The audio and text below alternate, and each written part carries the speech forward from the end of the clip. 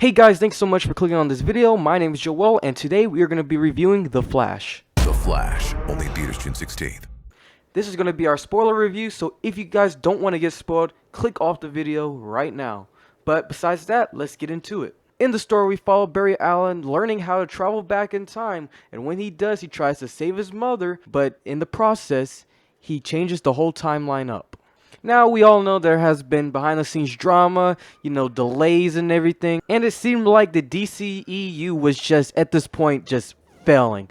But man, am I shocked, because this film was phenomenal.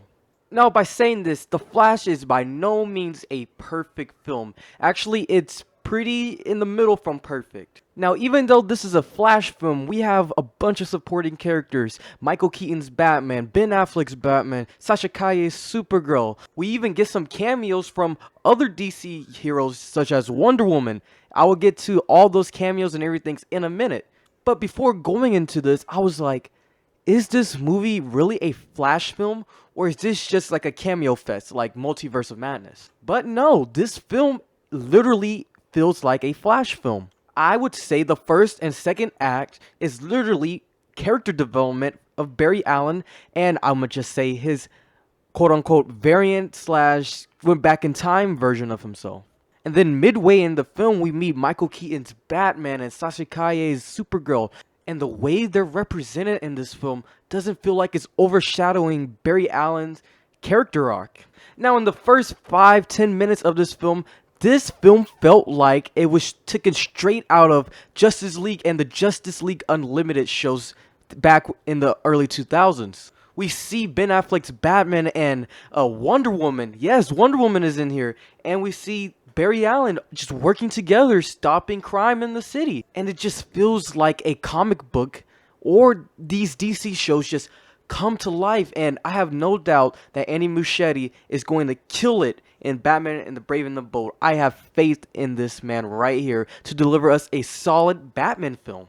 And I'ma just say, the cinematography and visual effects in this scene were pretty amazing. I hear people complaining all online right now saying that the CGI looks like PS2 graphics, but if you think about it, it's supposed to look that way.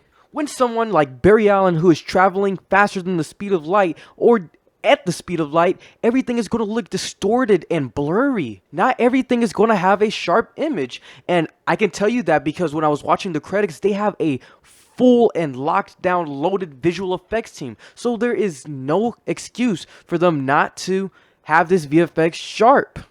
Especially when this film was delayed multiple times. So that means that the CGI is supposed to look like that on purpose. There is no doubt that a full team of visual effects could make the CGI look pretty good. I'm just telling you, it's supposed to look like that. Barry Allen in this scene had some stakes to take. His fuel, he was running low on fuel. He didn't get his breakfast in time. And it was just so funny to see him in this hospital, seeing all the babies were flying out of the window. The hospital got blown up. And Barry Allen, he was using his brain. He smashed the vending machine open and started eating this food quick so he can build up his stamina and his energy. Then we have Ben Affleck's Batman chasing these criminals across the bridge. And he's like the most agile we have ever seen him.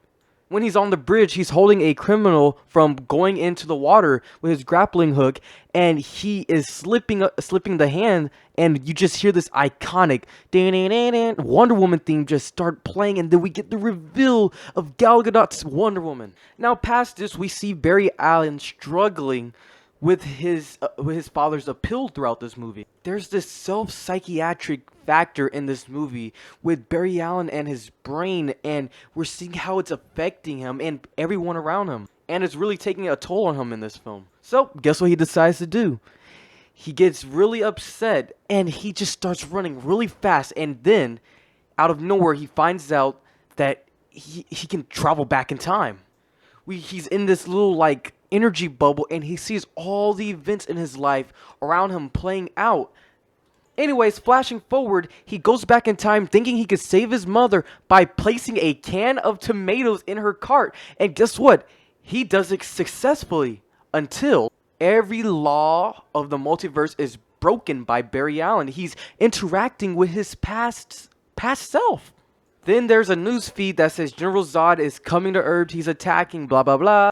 But Barry realizes that today is the day that he gets struck by lightning, and his past self doesn't have any powers. This all changes when he went back in time. He finally got to grow up to the age of 18 with his mother. So they go to the spot where Barry is supposed to be electrocuted that day, and in the process, our Barry Allen gets electrocuted by the lightning again, and it goes through his past self's Barry Allen, and that right there ultimately results into him losing his powers. And throughout the middle of the movie, Barry Allen is teaching his other self how to use these powers, how to cope with them, because these are new to him. Moving forward, they meet Michael Keaton's Batman, and oh my gosh, when I tell you, when Michael Keaton is shown on the screen, a whole load of nostalgia just ran through me. His iconic theme plays, and then we get that bat plane, oh my gosh. Then they go and rescue Sasha Calle's Supergirl, and when I tell you, the fight that Michael Keaton has with the goons, oh my gosh, this is the best that we've ever seen Michael Keaton on screen as Batman. I know, I said it, that's a hot take, but I'm telling you, when you go in and experience it, you're gonna be like, oh yeah, that's Michael Keaton's Batman. That's how he's supposed to act. And he acts better. His fighting and everything is better in this movie than it was in Returns in '89. He's a lot more agile. His fighting, it's like brutal. I would say it's almost as brutal as Ben Affleck. The man is literally breaking backs of criminals, alright?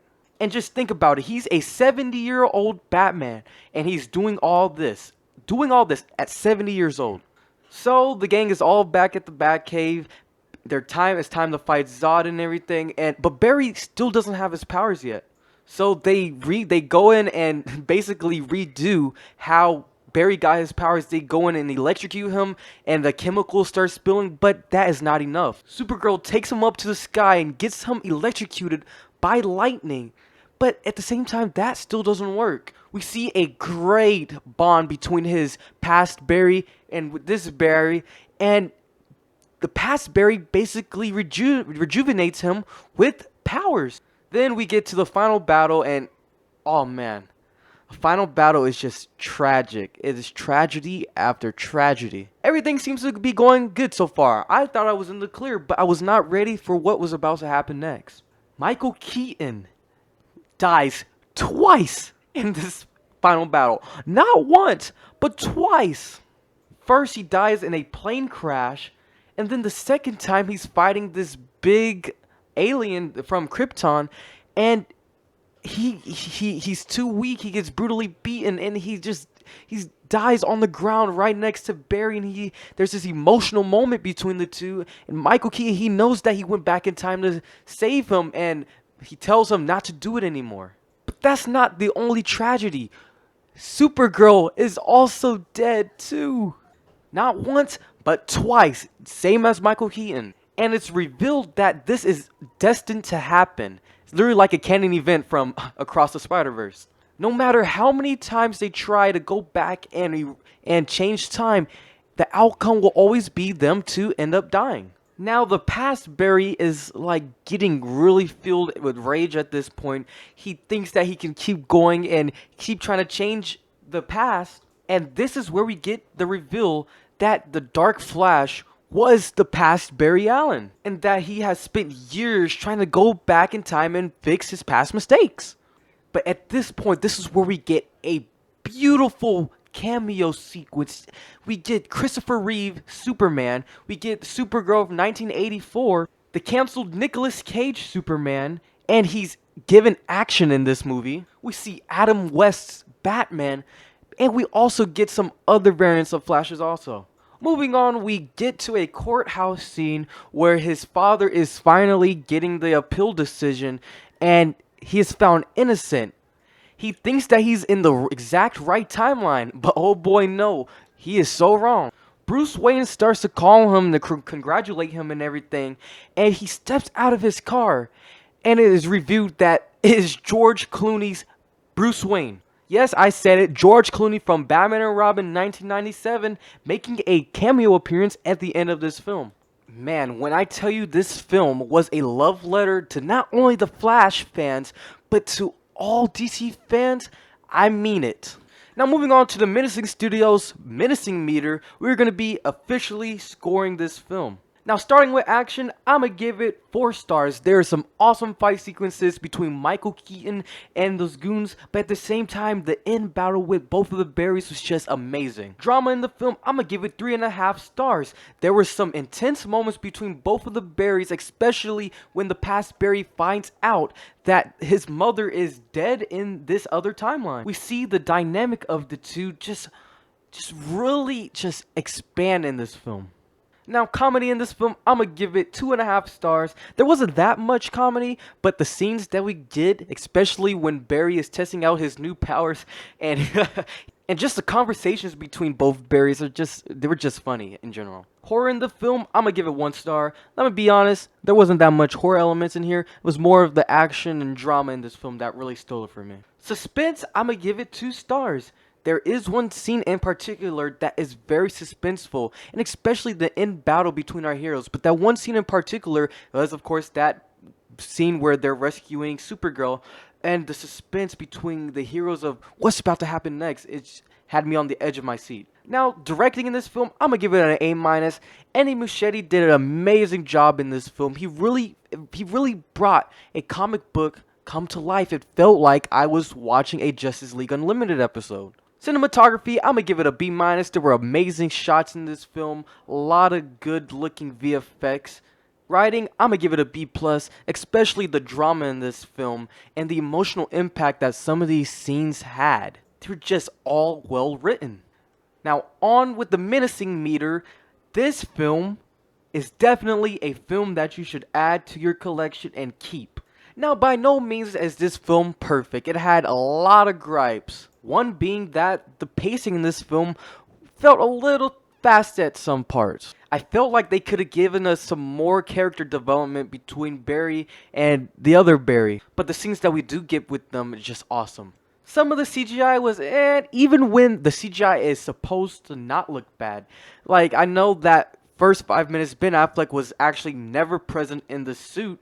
But when they CGI'd, it was almost like the Superman situation in the Justice League. The mouth movements it didn't look that good. And for all those complaining like, the CGI wasn't color corrected, blah blah blah, it was too bright.